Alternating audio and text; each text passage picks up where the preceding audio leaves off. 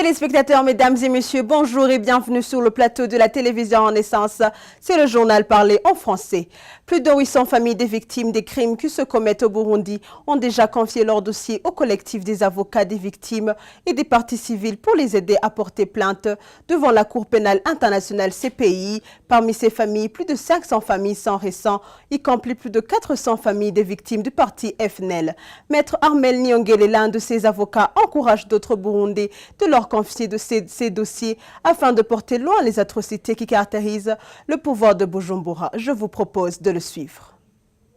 Oui, en tant qu'avocat des victimes des crimes commis au Burundi, nous avons déjà saisi la Cour pénale internationale et maintenant avec 124 autres mandats, 124 autres nouveaux mandats, nous avons plus de 500 mandats déjà envoyés à la Cour pénale internationale, plus les 431 et que nous avons été confiés par la direction du parti FNL.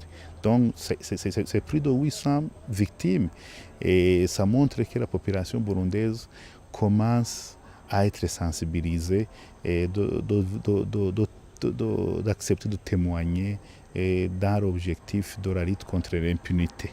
Donc cela va aider les enquêteurs internationaux de la Cour pénale internationale de diligenter les enquêtes, de commencer les enquêtes parce que nous avons aussi commencé à recueillir des vidéos, des témoignages des autres autorités du pays, des agents du service national de renseignement qui n'ont pas accepté de continuer à cautionner les crimes commis par ses pairs. Il y a des autres autorités de la police qui ont fui au pays, des autres autorités et les personnes qui faisaient partie des jeunes miliciens Imbonerakure qui ont fui au pays pour ne pas accepter de continuer à coopérer avec ses pairs. Donc tous ces mondes-là qui ont accepté de témoigner devant nous, ces vidéos ont été transférées à la Cour pénale internationale pour montrer la gravité des crimes commis au Burundi. Maître Armel Nyongele indique que parmi les nouveaux dossiers des victimes, d'autres formes de violence sont constatées, les violences sexuelles, des cas des hommes castrés et tout cela est fait par les responsables de la sécurité. Il se réjouit également des tas d'avancement des enquêtes préliminaires que la Cour pénale internationale a déjà entreprises. Encore une fois, suivez-le. Nous avons déjà saisi la Cour pénale internationale et la Cour pénale internationale est sous analyse de l'examen préliminaire. C'est-à-dire qu'ils sont en train d'analyser si réellement les crimes commis au Burundi relèvent des crimes internationaux, relèvent de la compétence de la Cour pénale internationale. Donc maintenant, on attend à ce que la Cour pénale internationale puisse ouvrir des enquêtes proprement dites. Et puis avec tous ces éléments que nous sommes en train d'envoyer à cette haute cour, je pense que bientôt la Cour pénale internationale devrait se saisir de ces cas. Parce qu'on ne pouvait pas rester plus de 1000 personnes tuées par des agents de l'État comme ça, alors que c'est une cour qui devrait protéger les victimes et lutter contre l'impunité. C'était Maître Armel Nyongele. L'archevêque de Gitega, Simon Hamwana, appelle le gouvernement burundais ainsi que les étudiants de l'Université du Burundi de s'asseoir ensemble pour trouver la solution au problème de bourse aux étudiants. Il conseille les étudiants de comprendre l'orientation du gouvernement, mais aussi au gouvernement de tenir compte à la précarité des conditions de vie des étudiants et des parents. Je vous propose de suivre Monseigneur Simon Hamwana. Ingorane igihugu kirimo ziriko ziraguka ziriko zirashika no ku bantu batari baziteze ko abana bacu bari mu za kaminuza bataronka akabourse d'études canke bakaba biteze n'irindi tegeko zotegereza abana kuza. L'impasse dans laquelle est plongé notre pays se poursuit pour des gens qui ne s'y attendaient pas à voir nos enfants étudiants qui ne bénéficient plus, comme d'habitude, leurs bourses d'études études ou qui s'attendent à une loi instaurant l'OP Bourse pour poursuivre leurs études. Tout cela peut déstabiliser les étudiants qui ne comprennent pas comment les responsables du pays gèrent cette question. Toutefois, les deux parties devraient s'entendre. Les étudiants doivent écouter l'orientation du gouvernement. Quant au gouvernement, il devrait comprendre la précarité totale des parents des étudiants pour lancer cette politique de pré-bourse lorsque la situation matérielle des parents des étudiants sera améliorée. La situation dans les familles est intenable aujourd'hui. Les aides extérieures ont été arrêtées. Le produit intérieur brut a considérablement chuté pour plusieurs raisons. Je crois que la politique de pré-bourse aux étudiants devrait être un débat, un dialogue entre les autorités du pays, les étudiants et leurs parents. Kubera ko n'amikoro y'abo banyagihugu yabaye make kubera ko dusigaye byose tubyikoka ko nibwira ko cyo gikorwa cyabwirizwa gufata kugirirwa intambwe y'abareta y'abababa abavyeyi n'abana babo. C'était Monseigneur Simon Hamngana. La police spéciale de Gourulage prévient que le délai supplémentaire qu'on avait accordé à ceux qui ont besoin des permis de conduire biométriques, que ce délai expire le 3 mai 2017.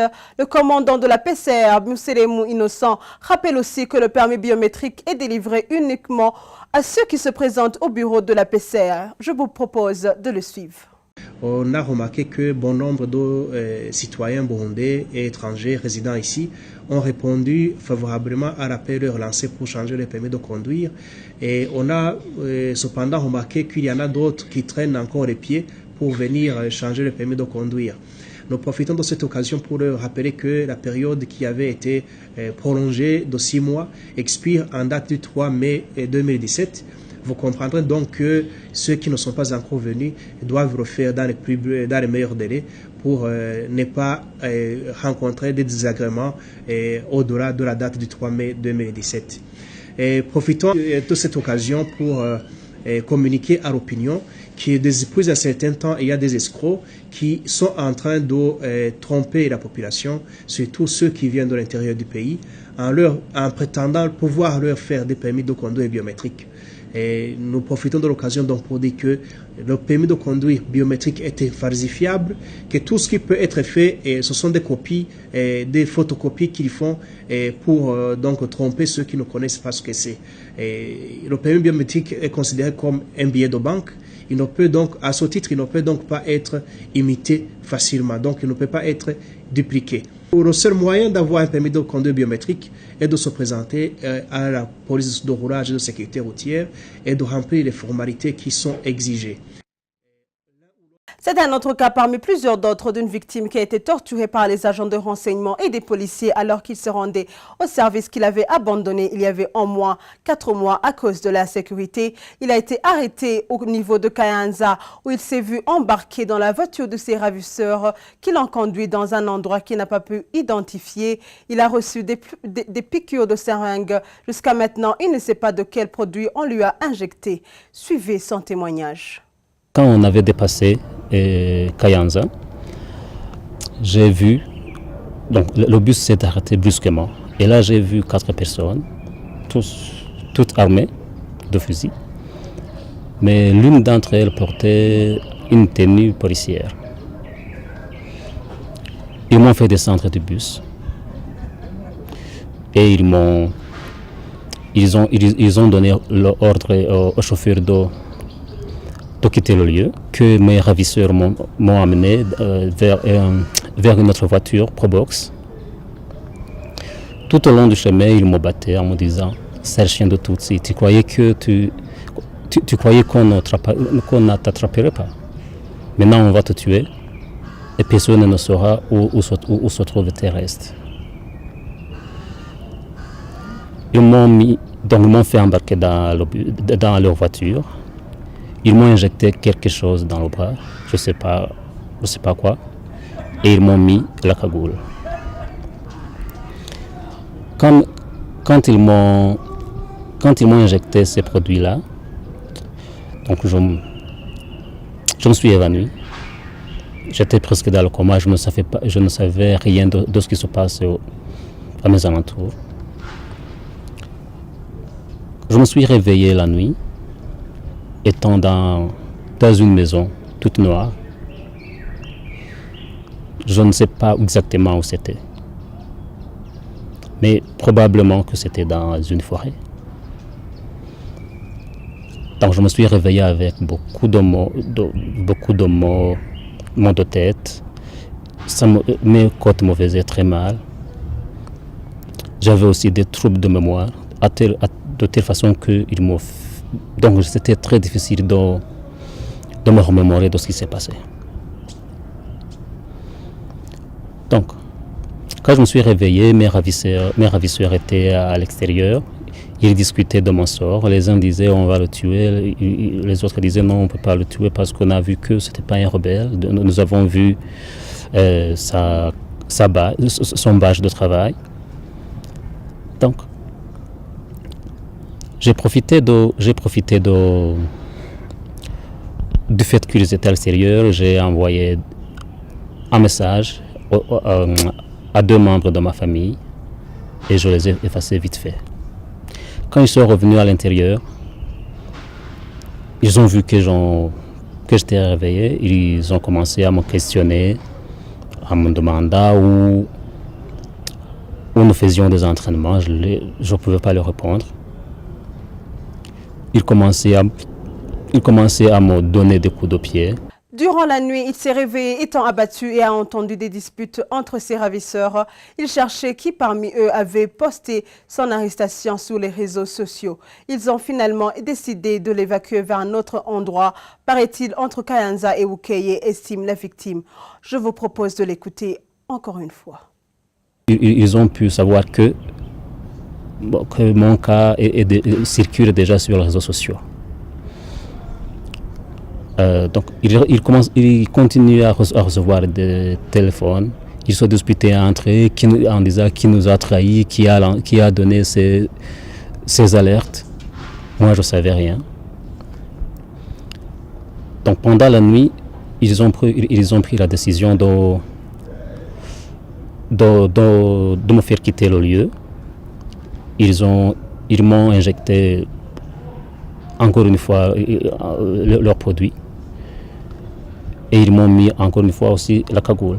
Ils m'ont mis dans le bus, dans la voiture. J'étais retombé dans l'inconscience.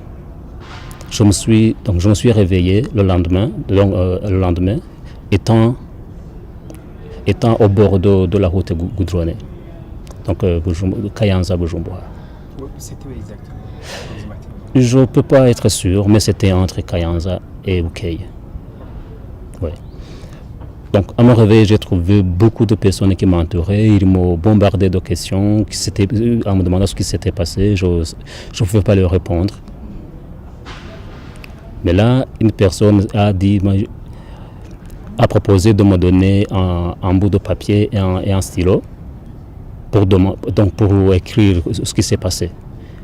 Là, le seul mot que j'ai écrit, c'était que je voulais aller à la frontière. Parce que les gens qui m'avaient amené à la route goudronnée m'avaient laissé mon passeport et mon badge de service. C'est par ce témoignage que prend fin notre journal. Merci de nous avoir suivis. À la prochaine.